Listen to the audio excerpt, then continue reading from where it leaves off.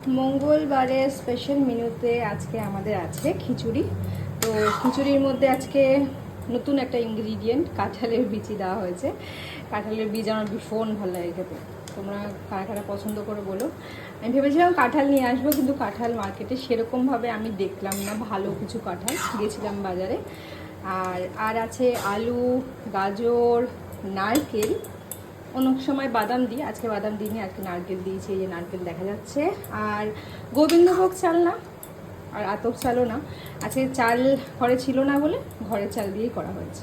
সবসময় গোবিন্দভোগ চাল বা আতপ চালে দিয়ে বানানো হয়।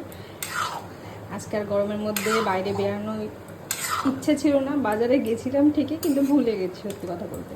তো চাল বাড়িতে সেদ্ধ করে রাখতে বলেছিলাম, ডাল চাল দিয়ে সেদ্ধ করে রেখেছিল, আর এসে আমি জাস্ট সবজি ফবজি দিয়ে ফোড়ন দিয়েছি। আর কিছুক্ষণ হবে, ভাজা মশলা দিলেই আমাদের খিচুড়ি কিন্তু রেডি হয়ে যাবে।